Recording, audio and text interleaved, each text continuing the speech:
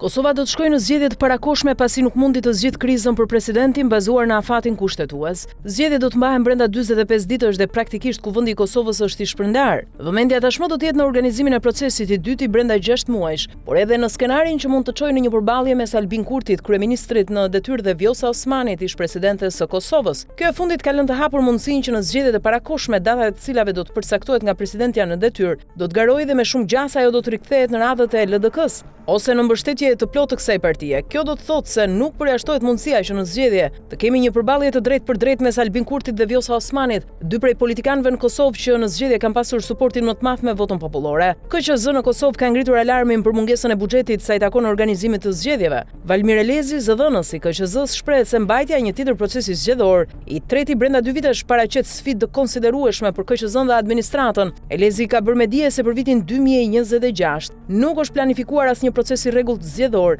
dhe për këtë arsye në ndarjet buxhetore të këtij institucioni nuk janë përfshirë mjete për një proces të mundshëm të parakoshëm. Thënë shkurt, për zgjedhjet e parakoshme parlamentare nuk ka para, nuk janë përcaktuar fonde. Çështja e parë që do të trajtohet nga ana e KQZ-s është planifikimi i buxhetit për organizimin e këtyre zgjedhjeve, tha ai. Zgjedhjet e fundit parlamentare të mbajtura në dhjetor 2025 i kushtuan Kosovës 11.5 milion euro, ndërsa ende nuk dihet se sa do të jetë kosto financiare për zgjedhjet e afërta. Ne nuk mund ta dimë aktualisht se sa mund të jetë kosto e përafërt e organizimit të një procesi, sepse çdo proces ka specifikat e tij.